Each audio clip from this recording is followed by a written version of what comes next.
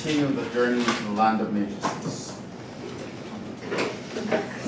So again, reminder, final for the record, May 18th, Saturday, 10:30 a.m. And then again, here or B squared. By the way, even today I gave you guys extra time for the test. Like, you have to be early for this one. You must be early.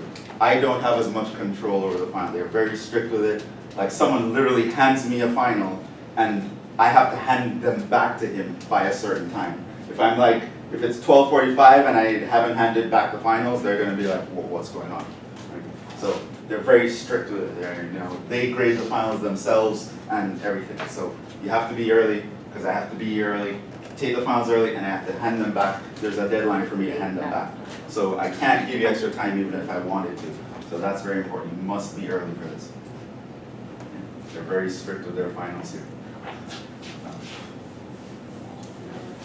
So by that date, you must be able to kill 35 problems in 2 hours and get the vast majority of them right. Right? It can't be like, I can't be like, just give me 5 extra minutes. It's not going to, even if I wanted to, I'm not really going to do it. So you need to really make sure. Now, Is this the last, like, thing? it's the last leg, yeah. Yeah, it's the last thing to do. I'm going to show you also how to do things on your calculator. So it's the last thing to do in this section, but it's probably the hardest thing to do. So it's not going to be easy. This is kind of the part that confuses people when it comes to matrices. All the other stuff, add them and multiply them, they tend to be really good at. The row reduction thing, to put it in one of these echelon forms, students make mistakes all the time. I'm going to do some slightly harder examples, but then I'll probably do the example like what's on the test, because that's kind of what the final is going to look like. So let's actually figure out what these guys are. Continue. I'm going to define the row echelon form.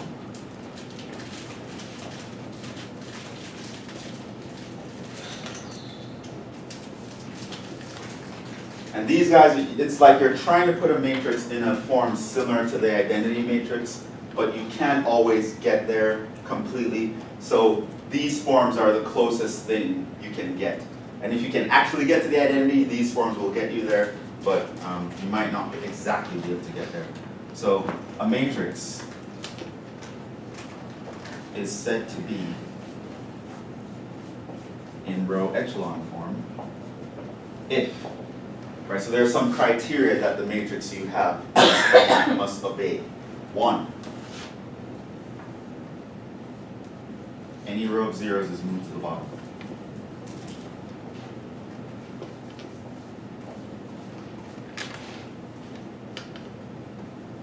Right, so if you have a row of all zeros, they must be to the bottom of the matrix. 2,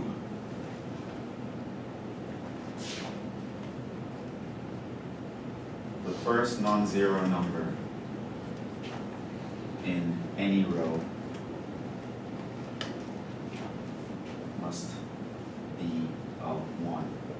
Specifically, this is called a pivot or leading one.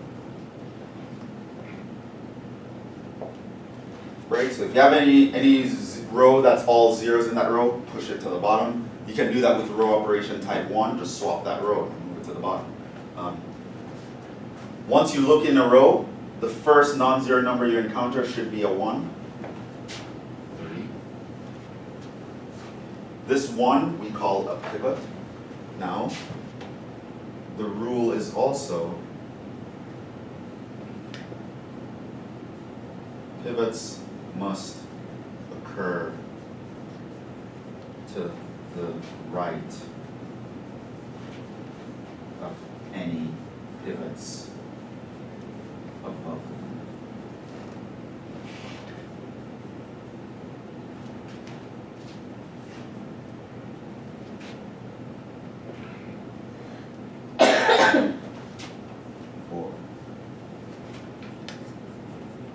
There must be zeros below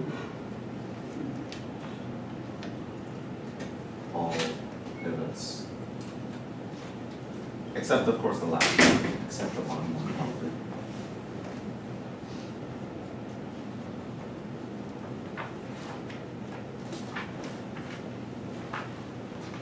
That is what it means to be in row echelon forms. Now 3 and 4 kind of go hand in hand. If you have 3, you will automatically have 4, but I think I wanted to spell it out. So 4 is technically not a requirement, but I think it's nice to spell it out. This is something you need to check. Below all the pivots should be zeros. Okay. What does the last one say? Except the bottom. Except the bottom, perhaps. Right, because if there's a pivot in the bottom row, there's nothing below it. So it's just now, and that's it. That's called row echelon form. This, when you're in this form, you're close to the identity, but not quite. You just don't have the top triangular portion of the identity. Here's the definition. So it's kind of like a checkoff list. It's the criteria. You know you're in this form if you can check off all these criteria. So this is now reduced row echelon form. I'm going to write down some examples and you're going to just identify them for me. Matrix is in reduced row echelon form if 1, it is already in REF with 1 additional criteria.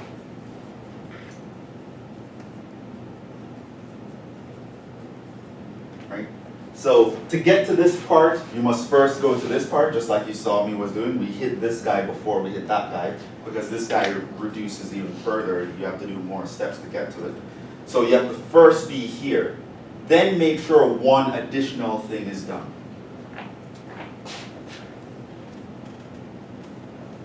Pivots, except the top one.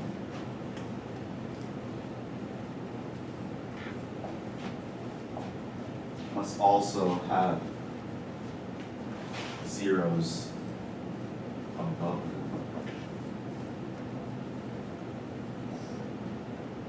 In other words, pivots are the only non-zero numbers in their column.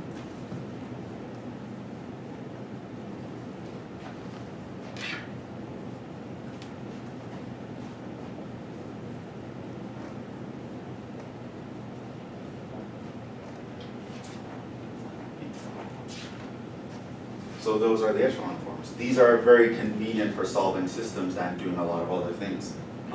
So row echelon form means if you have any rows of zeros, they're all at the bottom.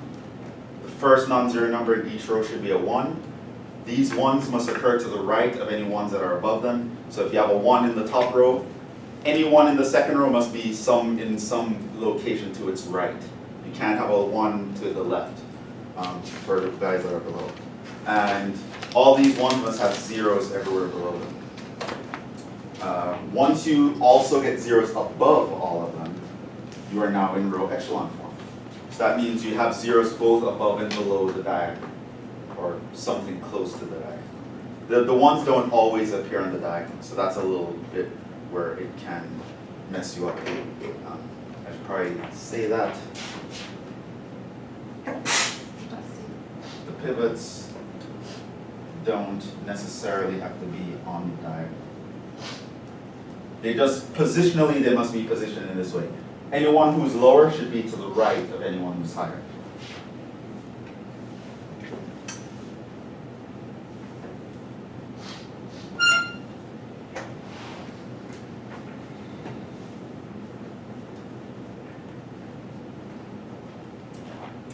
And that's it.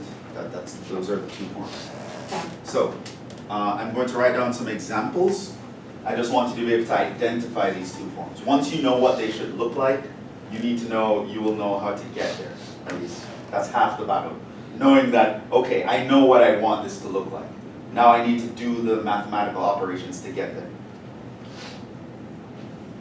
So I'm going to write down a few examples of some matrices here. And your job is to tell me, are they in row echelon form, reduced row echelon form, or neither of these forms? So it's just an identification. REF, RR, EF, or neither. And of course, if it's neither, tell me how you would fix it, right? So here's one example.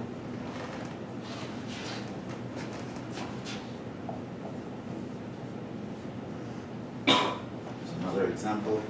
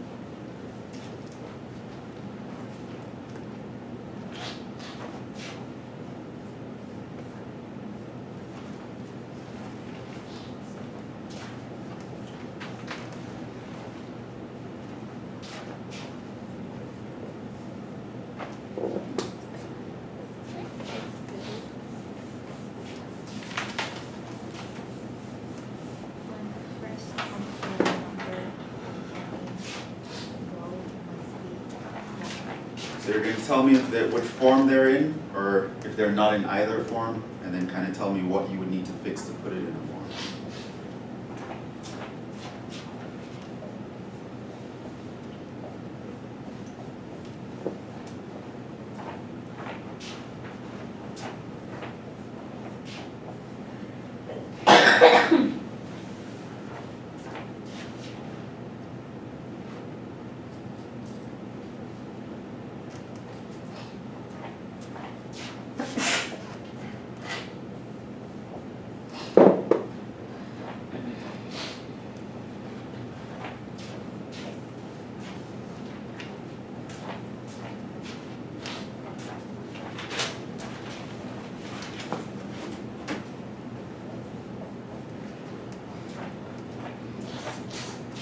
I have 8 examples.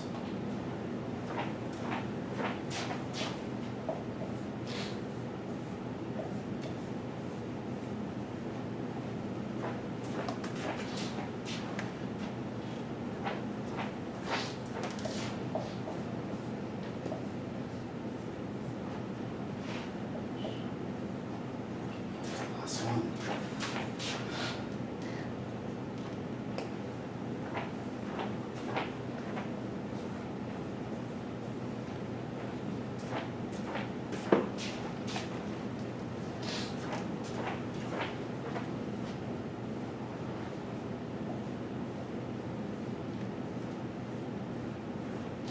Okay.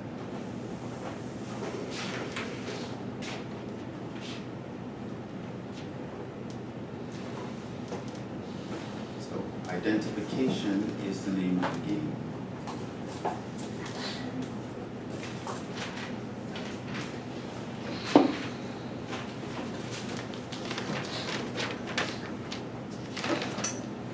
So first cut. Oh, or you guys want to copy now?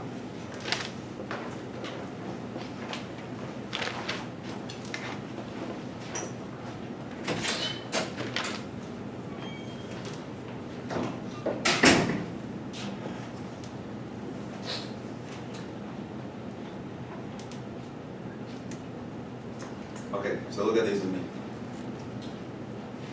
What would you say this one is?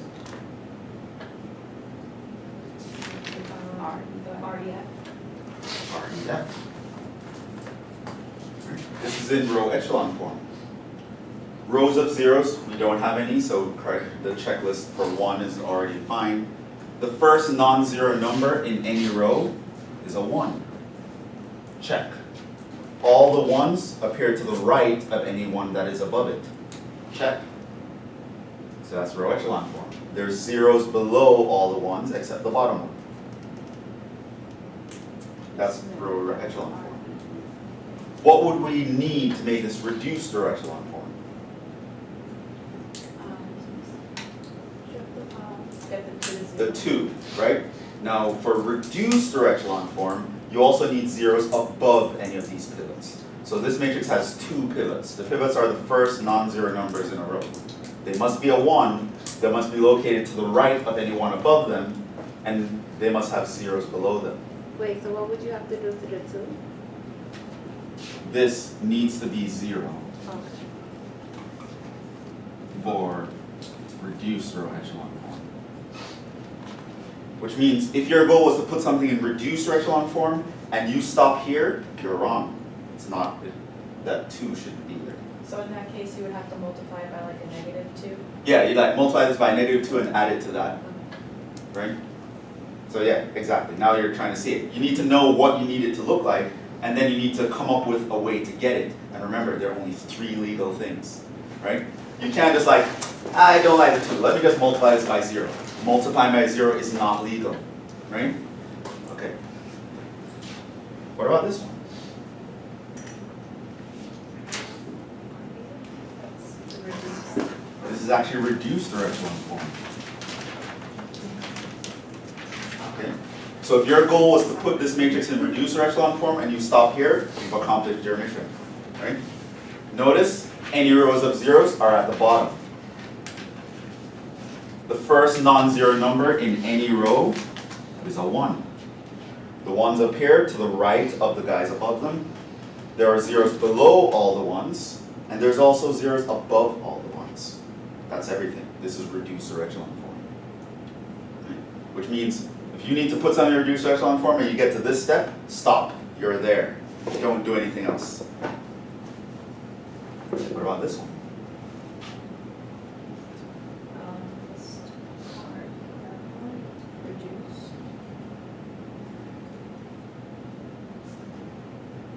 At C? No, it's not. It's the REF one. It's row echelon form. Those are the 2 on top of that. Right, you can go to the checklist. Any row of zeros is at the bottom, not applicable here. First non-zero number in any row is a 1. All the ones are to the right of the guys above them, and they have zeros below them. However, this guy does not have a 0, zeros all above it. So this guy is why it's not reduced row echelon form. So that 2 is the problem, right? Which means if you're here and your goal is to put it in reduced row echelon form, your mission is to kill that 2. How would you kill that 2? Well, a nice way to do it would be to multiply this row by negative 2 and add it to there. What about this one? REF? Or no, reduce. Like how would you Huh? reduce? Why? Because it's 2 on the second row. It's neither. Why? The first non-zero number in this row is a 2. It's not a 1. It's not in reduced row echelon form.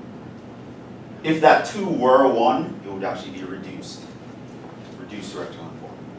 But it's a 2, it's not a 1. What about this one? REF? Either. Go through the checklist. What would you say? Either. Why? Because the one underneath the first one is not to the left of this one. That's a problem. That is the first non-zero number in a row. It's a 1, it's a pivot, but it's not to the right of the guy above it. It's right underneath the guy above it. Right? This guy, in order for this to have a chance, he had to be in this position, or, well, he couldn't even be in this position because of this guy. He had to be in this position. Okay, so that's reduce. What about this one? Reduce. Yeah, it's reduced. Yeah.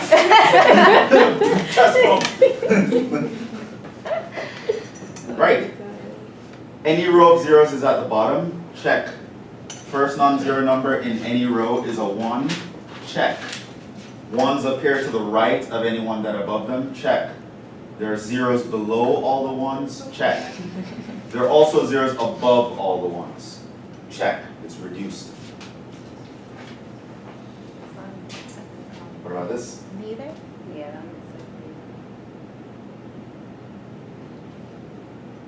Okay, give me a reason, why is it neither? Because the second column doesn't have the one to the right. Is it that? Because of that? Second column, you're talking about this here? Yeah. The second row, sorry. Because the one isn't to the right of the second. So second row, second column. Because any row zero should be moved to the bottom. Right, it's not that. The problem is the entire row is the problem. I didn't even see only zero. There's an entire row of zeros there, it's not at the bottom. Right, that needs to be pushed down. And remember, the red, what I wrote in red here, what that means is you don't care if the one is immediately to its right. It just needs to be to the right in general. It doesn't have to be on the diagonal. So, in other words, if I had this is also fine. Right, I could have like 1, 0, 0, 2, 2, 0, 0, 1, 0, 1, 0, 0, 0, 0, 0. That is actually a reduced Row echelon form. But how? Now, there's no 1 immediately to its right, but the 1 is to the right. It doesn't have to be on the diagonal. It just has to be to the right somewhere. It has to be over here. It has to be in a column somewhere to the right. It doesn't have to be immediately next to it. So just because you don't see a 1 immediately next to this, it's irrelevant. We don't care. It does not have to be on the diagonal. So the fact that there wasn't a 1 here is not the problem. The fact that there's an entire row of zeros, that's the problem. That There's a, row should have been moved to the bottom. remember there's a 2 with a 1 in the last row. No, because this one is not a pivot. The pivots are defined as the first guy you hit, which means any ones after it, he's nothing. Right? This is the pivot. In this matrix, that's the pivot and that's the pivot. It's only the first guy that you hit. So that one is nothing. So I don't need the requirements to apply to him. The requirements have to apply to these two guys. So how would you make that work? What about this one? So that one would be neither, right? From like the whole column, I mean row? This? No, the G. Oh, yeah, yeah. That's neither. This is neither. No, for the last one. Because it fails even at the first one, right? If you fail the first one, you definitely fail the second one. So that's neither because of the row of zeros. If I had moved that row to the bottom, it's now reduced. What about this one, H? Yeah. Oh, yeah. It's REF. Right? So row of zeros at the bottom. Okay, first non-zero number in each row is a 1. Okay, those guys are my pivots. They occur to the right of anyone that's above them, zeros below them. However, we don't have zeros above them. And so these numbers all had to be 0 in order for it to be reduced. Now, once you can know where you want to head and you can see the problem, you'll now know how to use the operations to get rid of the problems, right? So, for example, I could get rid of this problem without the type 2. Multiply this row by 1/2, and it's fixed. Whereas, to get rid of this problem, I need a type 3. I need to multiply this by -2 and add it to that. There was another one where I needed a type 1. Yeah, here, I could fix this with a type 1. If I swap these two, it's now good. Right? So you should be able to identify the problem, and then you should know and have an idea of how to fix the problem using one of the 3 legal moves. Right? So that's the important part. So you should just be very familiar with the moves, the 3 moves, and be very familiar with what form you want the thing in. And be able to identify a problem and then correct the problem.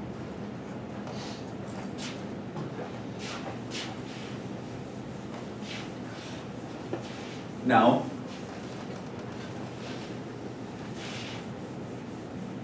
just for practice, let's actually do a problem of changing something into reducer echelon form. Now, admittedly, this will be a little bit harder than something you'll actually be asked to do on a final. Afterwards, I'll do a problem that's kind of on the difficulty of a final. But the idea is, if you can do this, you'd be able to do what's on the final easily. So here's the problem. Example. Find the RREF of this matrix. 1, 1, 4, 1, 2, 0, 2, 2, 8. I'll also talk about some tips on what you might want to do. Or maybe I'll go through this one. I'll tell you guys the recommendations, the recommended moves, and then I'll have you guys tell me how to solve one that looks more like what you would see on a final.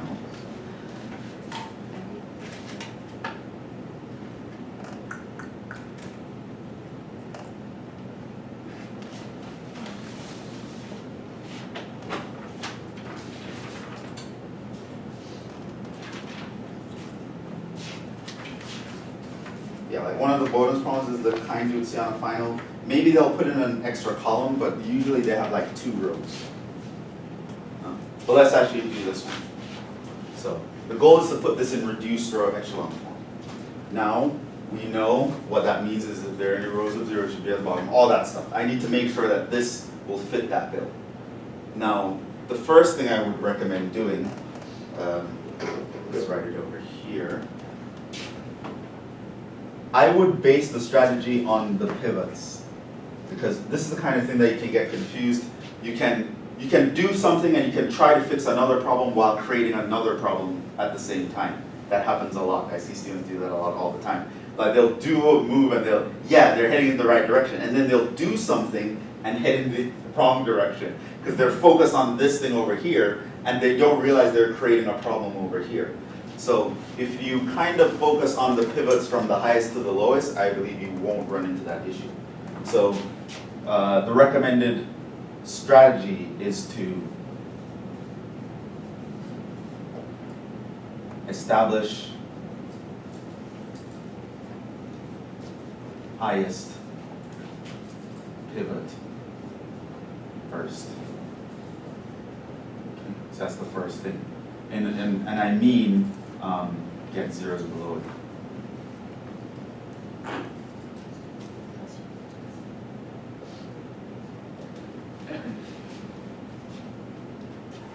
And the idea is once you create all the zeros below a pivot, you never want to lose those zeros. It's important that you keep them.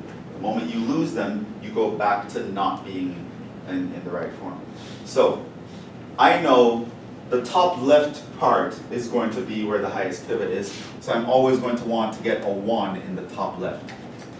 Now here, I already have a 1 in the top left. What I need to make sure is to immediately make those guys below it 0. Right?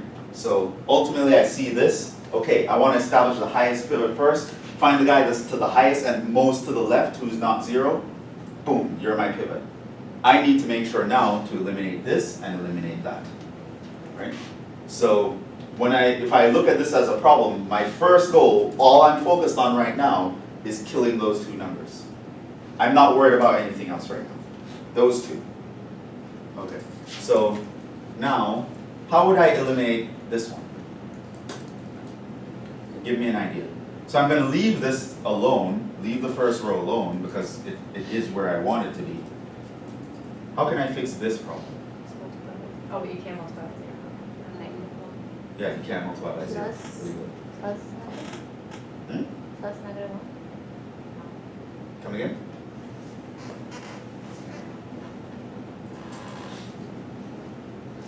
Did you multiply by -2? Why would I multiply this by -2? Because it would like eliminate both of them? No, Can't eliminate both.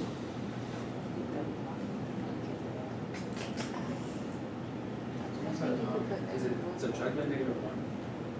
What do you mean subtract by? You do R2 4. Is it R2 minus 1 and then you can just So you want to take R2 minus 1, meaning subtract 1 from every number? No, so that would make this, oh, actually, I think so. It's Someone not mentioned allowed. it, it makes sense.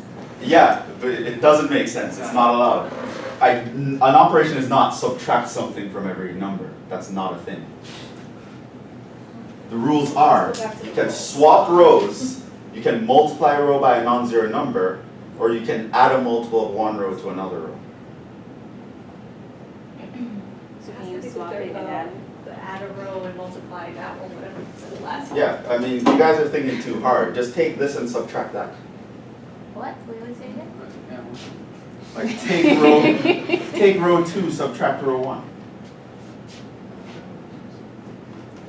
1 minus 1, 0. 2 minus 1, 1. 0 minus 4, minus 4. I can subtract rows, I can add and subtract rows. I can use one row to eliminate another one. I can't just go through and subtract some constant that I like from each number, that's illegal. But I can add a multiple of one row to another row. That turns this one into a 0 in a legal way. That being said, what would I do to kill the 2?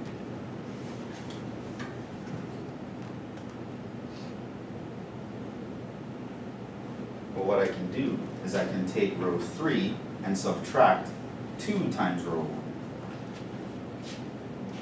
1. Right? That's me adding a row to a multiple of another row. So I can say this minus 2 times that is 0. This minus 2 times that is 0. This minus 2 times that is 0. So the 2R1, that's adding a row? Where's the 2R1? R minus 2R1. Yeah, I took row 3 and I subtract 2 times R1. I mean, technically you can think of it as adding a multiple of another. You can think of this as R3 plus minus 2 times R1. So that's this plus a multiple of another. Right, but you can think of it as just adding and subtracting, elimination. So I identify these two guys as a problem. I need to come up with a legal move to get those problems resolved. Now, if your goal is to make something 0, then type 3 is pretty much what you're going to do, right? Because you can't multiply it by 0. So you can use something to eliminate that guy. So you're going to do this and subtract another row or something similar. Anyway, so now we're there. Now we're in this situation. Right? So in this case, I would say the first pivot is established. Right? He is fixed and he has zeros all the way below him. So he's fine. What I do is I rinse and repeat with all the lower pivots. Move on to the next pivot.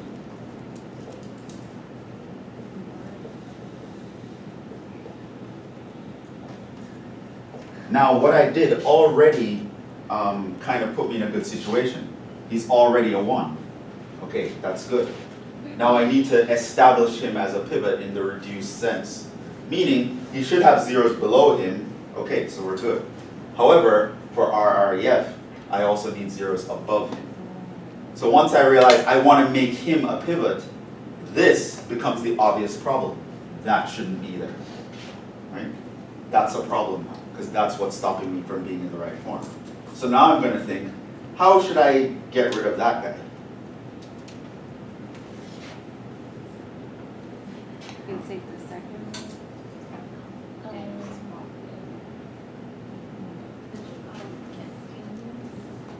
I can just take this row and subtract that row.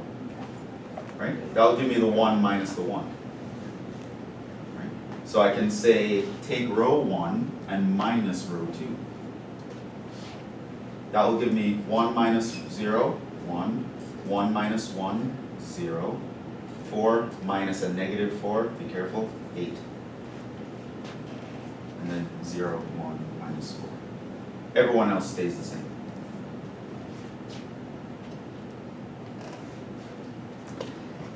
I have a question about the R3 minus 2R1. Yeah? When you went to R3, and then you subtracted it by 2 times R1, how did you get, you got 0? How did you get the 0? Because I need the 0. Because all the numbers in row 1 are multiplied by -2. So this gets multiplied by a -2. So that's 2 plus a -2 gives me 0. Okay, And then 2 minus 2 gives me 0. This would be 8 minus 8, because I'm multiplying this by a -2. okay. So it's 8 minus 8, and that gives me 0.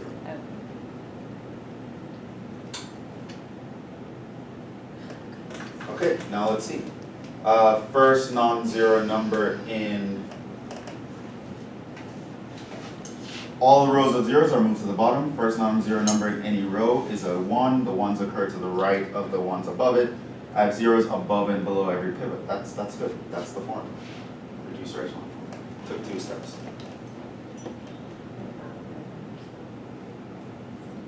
So I guess this wasn't that hard. Usually on the final, you'll have a matrix where 2 or 3 steps maximum is what it's going to take. So if you're there and you're taking like 10 steps, you're definitely doing something wrong. And you're not paying attention to the kind of rules. But this is how I do it. I establish the highest pivots, then move down to the second, then I move down to the third, but that wasn't an issue here. And I keep doing this. Move to the second, get zeros above and below, get zeros above and below. Repeat, moving down. Essentially, another thing, this is kind of just something not to do usually. Avoid fractions until last step. So what I mean by that is, for example, suppose you have this guy who you know you want to make a pivot, but he's a 2, right? Now, you can turn him into a 1 just by dividing by 2, but suppose you have other numbers over here. When you divide by 2, you create fractions. What I would do is just leave him as a 2 for now, and then wait to the final step to divide everyone by 2. So you don't want to be in a situation where you're calculating a bunch of things with fractions, because then you'll make a lot of mistakes, more mistakes than normal. Right? So I pretty much keep the strategy with the pivots. Get the highest pivot under control, get the next one under control, get all the ones under control moving down, avoid fractions until the last step. With that kind of strategy, you'll pretty much solve these guys the quickest way you can by hand. Odds are if you're doing something else, you're wasting time. So for example, let's do a bad example. Maybe we can do it with the same guy. I don't know. I kind of picked nice numbers here, so it'll probably be hard to actually do it in a weird way. So one thing you might say is, okay, well, I want everyone to be a 1. Hey, 2 goes into everyone here, so let me do this. Divide this row by 2. So this is row 3 divided by 2. Okay, so that was your first step, which is legal. It's not wrong. Then you can be like, okay, I want to. Well, let's say you start focusing somewhere else. So you know that, oh, well, I know I'm going to want all these guys on the diagonal. But you're not allowed to divide. Huh? But you're not allowed to divide. You are allowed to. Dividing by 2 is the same as multiplying by a half. Division and multiplication are pretty much the same if you're doing non-zero. Okay. So some students I'll realize they'll do something like, okay, I want to make this a 1 now. Because I know I want a 1 here, a 1 here, and a 1 here. Right? That's what they're saying in their head. So they're going to be like, okay, I'm going to turn that into a 1. And then now they're asking, well, how would I turn that into a 1?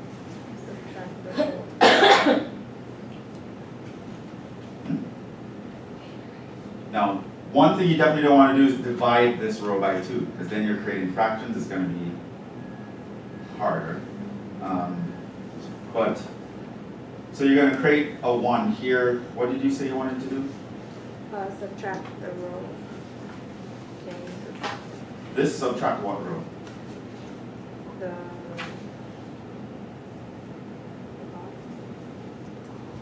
the top. The top. So you want to take like row 2 minus row 1. Yeah. And so this would be 0, that would be 1, that would be minus 4. And then this would be the same. Okay, and then what?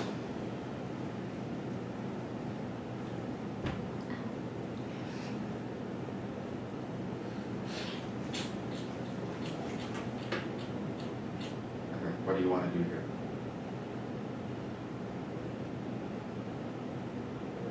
Get rid of the one, the first one. You want this one? Also, Or like, this isn't one. everything already wrong? Huh? Isn't everything already wrong? Nothing is wrong technically, no. Yeah, I guess you gotta get So rid we of still that have to one in the fix first. row 2, right? Other than the one on top. Yeah. So someone might say, okay, so here's a step that technically it's not wrong, but technically it doesn't really help you as much as you would think. So let's say you would know, okay, you're still focused on this guy and you want to make that 0. What could you do? But don't you have to make up the one above it 0 as well? Okay, sure, if you want to make that 0, what would you do?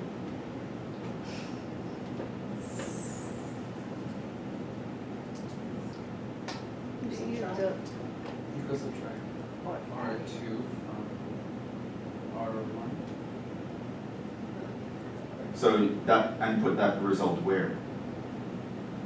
Oh, sorry, the R1 minus R2, we're gonna eliminate. In the top? Yeah. Or- The- So you want to put R1 minus R2? I will eliminate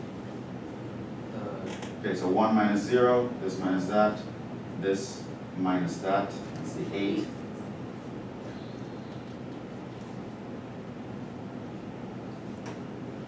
Then what?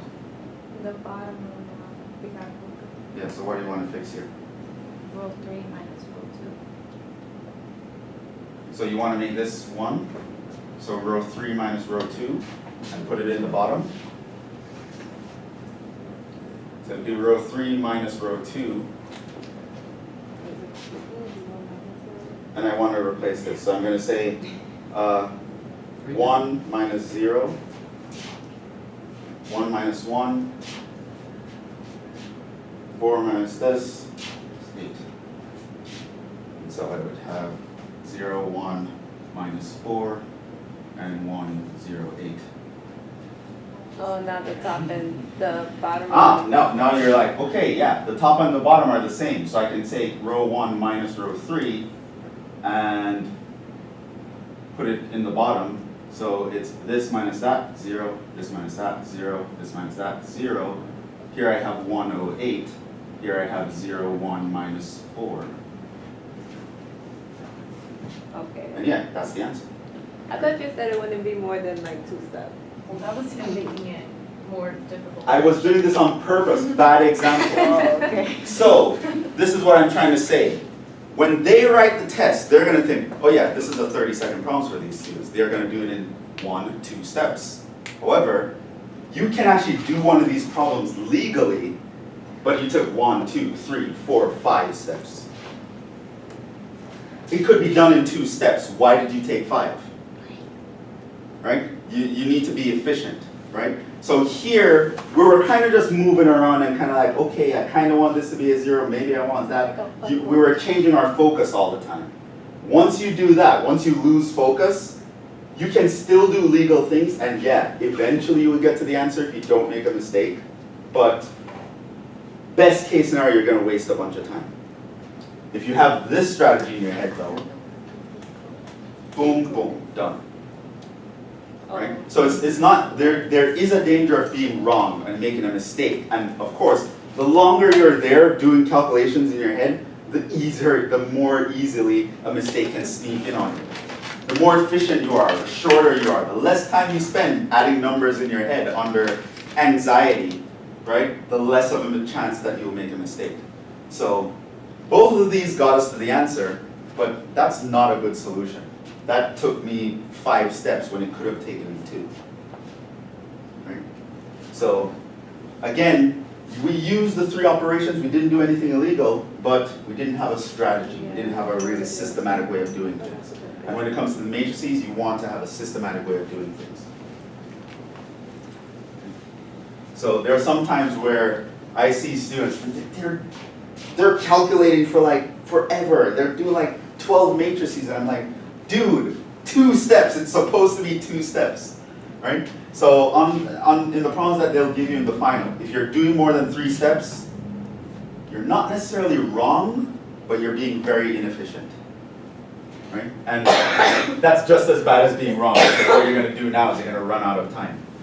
And then you're not going to be able to do problems, and then you're going to get them wrong because you didn't even attempt anything. So the point is, you need to know that what the end product should look like and know an efficient way to get there by making one of the 3 legal moves. So it's a little bit more complicated than you would think in terms of efficiency, right? So first you want to do a lot of practice to get the mechanics down, but then you want to realize, I need to tighten up. I need to get this as short as it possibly can be, right? And that in and of itself is a challenge. Now, I don't even remember if I took this example from an old final.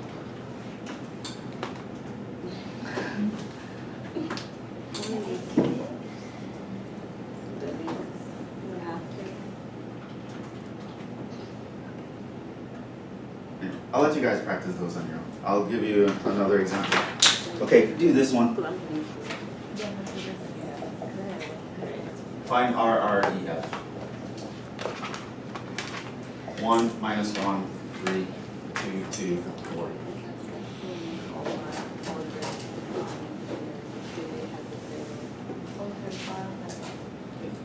Now usually this is what the guys in the final would look like. It's usually going to be like 2 rows when they ask you something like this, so that's all you have to worry about. They might put in a 4th column. So maybe, I don't know, minus 1, 1. Alright, but usually they're going to have 2 rows, but you shouldn't be taking a lot of steps to actually get this done. So you might see something that big, but let's do this one. What's the first step you would do?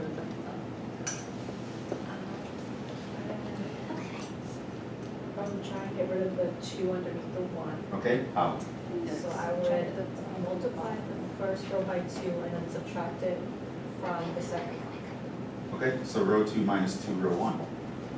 So this minus 2 times that, 0. This minus 2 times that, 4. This minus 2 times that. And I gotta get the 0, no, right? Isn't it done? No, it's not a. It's not done. That 4 should be a 1, and that minus 1 shouldn't be there.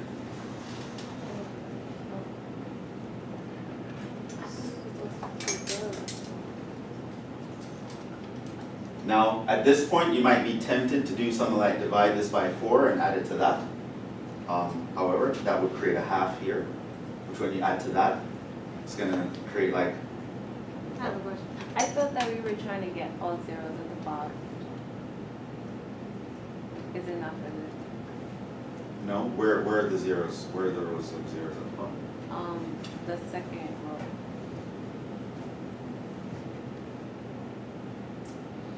No, you don't follow. Where would the zeros come from? No, I just thought that that's how it's supposed to be, like the form. It's supposed to be zeros at the bottom. No, the rule is if there is a row of zeros, move it to the bottom. There isn't a row of zeros, so I don't care. I move on. So here, what I'd like to do is so now, notice here, I could make this a 1, I could make it a pivot by dividing by 4, but that would create a fraction here, which when I start adding it, it's going to create a fraction here. I'm going to have fractions all over the place. So I don't want to do that. So at the moment, I'm going to leave this as a 4 and just try to kill that guy anyway. And how can I do that? Well, multiply this by 4 and add that. Right? So I can take 4 times row 1 plus row 2. This is going to be 4 times this plus that. 4 times this plus that. 4 times this plus that.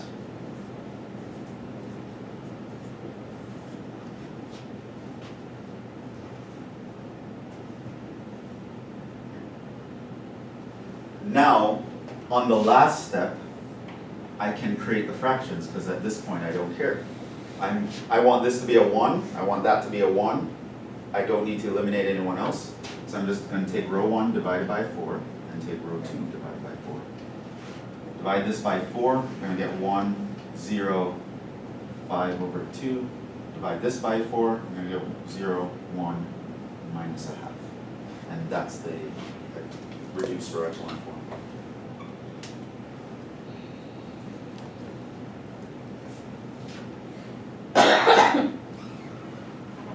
So, 3 steps, pretty much the hardest it's going to be. But here you can see where temptations are, avoid the temptation. Yes, I know you want that to be a 1, wait until the end. It's not worth putting fractions in play. Okay? So I'll leave that 4, let him survive, enjoy his freedom now, because eventually we're going to cut him down. But yeah, so that's the idea. So you kind of should know what you should be heading for. So of course, my first thought was to establish that guy as a pivot, so I knew that eliminating the 2 was my first rule. So then I did that. Now I'm in a situation where here, and I want to establish the second pivot. Now I know I want that to be a 1, but I'm going to avoid making it a 1 because that would create a fraction here. So I leave it as a 4. But I know ultimately I'm going to want to eliminate this guy. So I did this to eliminate that guy. Now I'm in this situation. At this point, I just want the first non-zero number in each row to be a 1. I can achieve that by dividing both rows by 4, and then wait.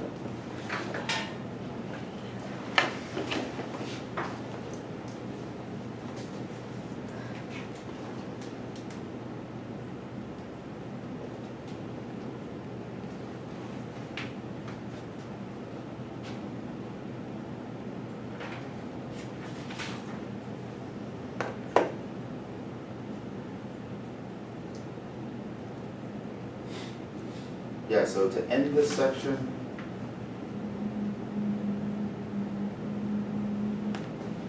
yeah, there's something here in the section about finding inverses using row reduction, but we can skip that. I don't think you'll never be in a situation where you actually need that.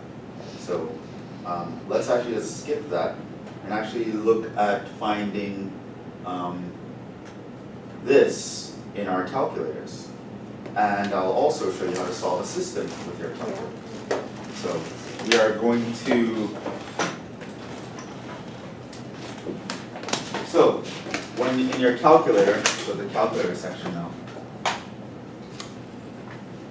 So to find R, E, F, and solve a system. There are many ways to solve systems. I would probably prefer you do it this way, but we'll see. I'll have to talk more about this next time. So the system in question is going to be this guy, x plus 4y minus z. What's this? 2x plus z equals -1. 3x minus y plus z equals 2. And here's what we're going to do on the calculator. And probably how you should solve a system on the test as well. What we're going to do is we're going to find the reduced row echelon form of the coefficient matrix.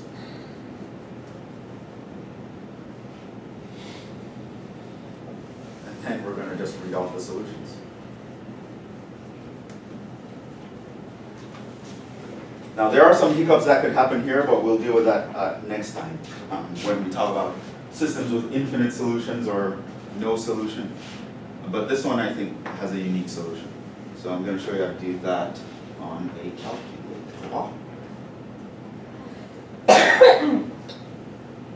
So get your calculators out. So this is also written in the handout.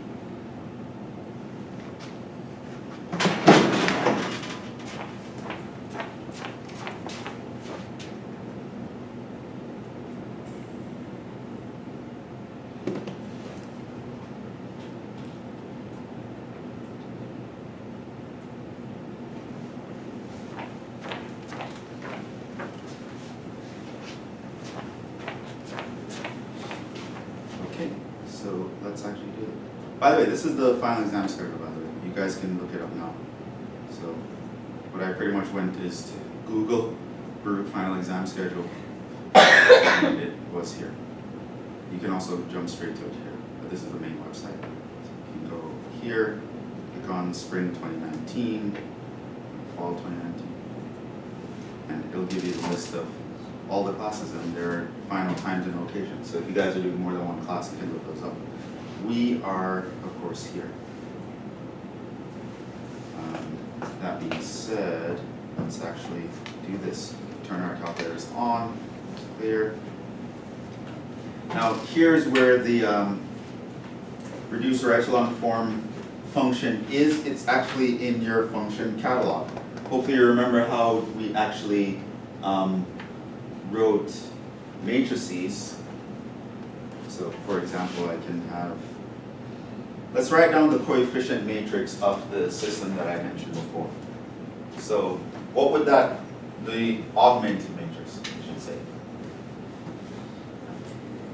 What would be the first row of this matrix? 1, 4. Alright, so I'm going to go here. Let me define the matrix first. Not that. Where's the brackets? Okay. 1, comma, 4, comma, -3, comma, 2. Then we put a semicolon. So that's the first row. I'm going to put the second row. What's the second row? Read it off.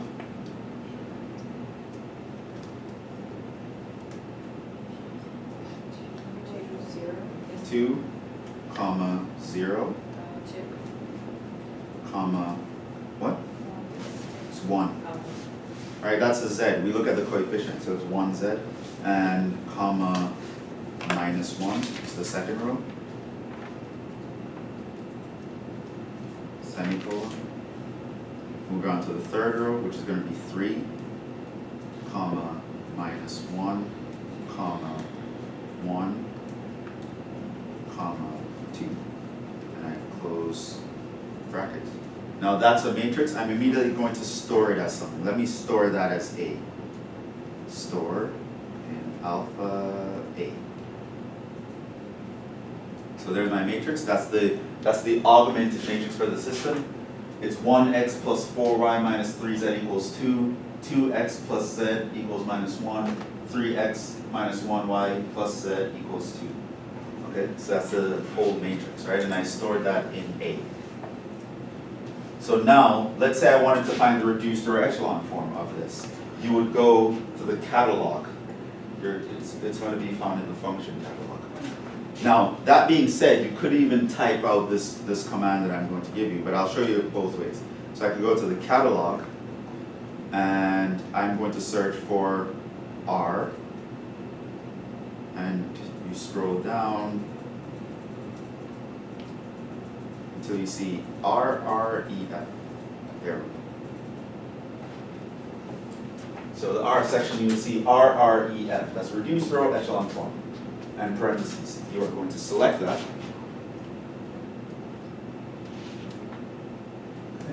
And you'll see RREF pop up here. Now, I should mention, you do have the option of literally typing out this word. You can go alpha, R, alpha, E, alpha, F. So if you don't remember how to use the catalog, or you didn't even remember where the catalog is, if you just remember that the command is RREF, you can literally type it out one letter at a time, and the calculator will still understand. So I want to find the reducer echelon form of what? Well, this matrix that I just did up here. I called it A, so I can just put A right here.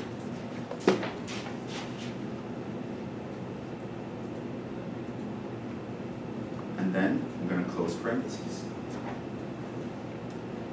And now, when I press enter, there we go. Calculator put it in reducer echelon form for me. Now, the nice thing about this that you will notice is that what does the first row tell me?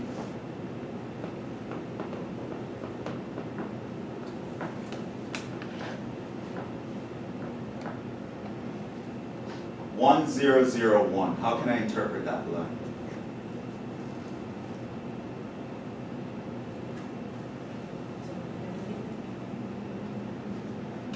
Remember the goal. Our goal was to solve the equation. So that's the goal. In terms of the solution to the equation, what does the first row tell you? X equals 1. It says 1x plus 0y plus 0z equals 1. In other words, the first row tells me x equals 1. The second row? Y equals 1. No, but there's a negative 2. Yeah. So what does that mean? So, no. It's actually not there anymore.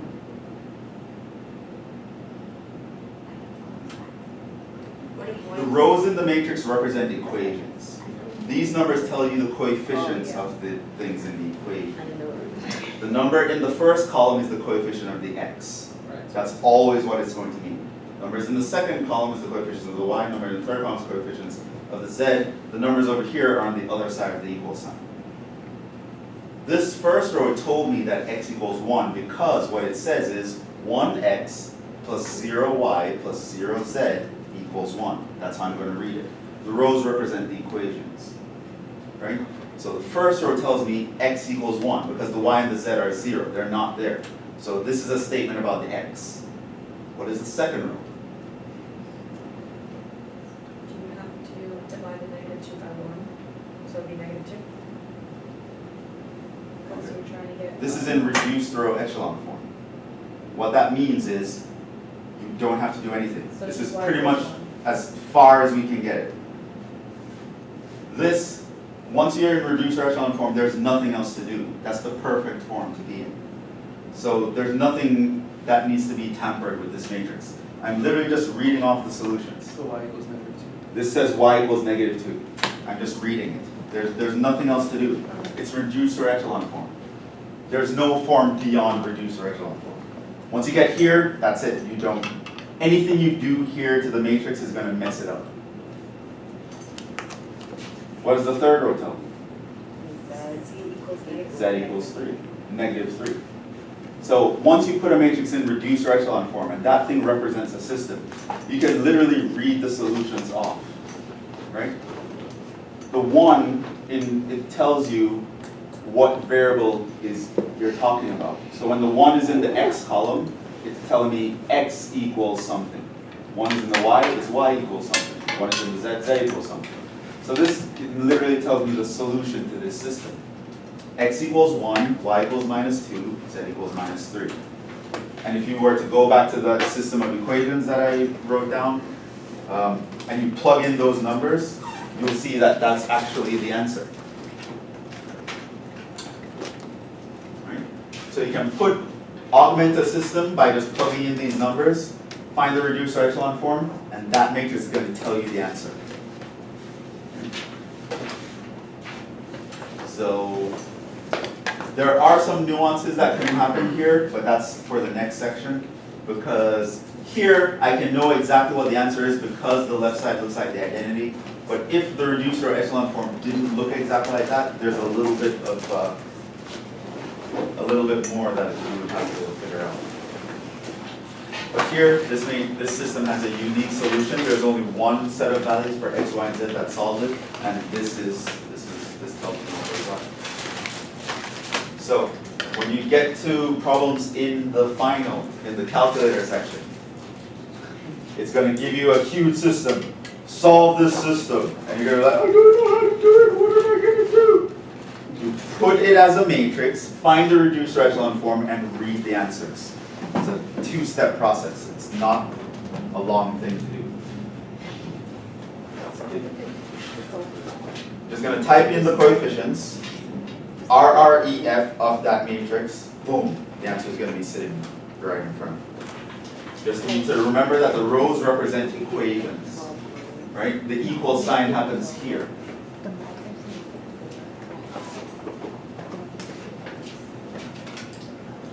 So that covers the important stuff from A3. There are some things that would be nice to know. I'll probably mention that next time. But yeah, so far we have one more section to cover. So we'll finish that towards the first section of our next class, and then we'll probably do some review type thing, which I'll have to kind of focus. But that's it for today.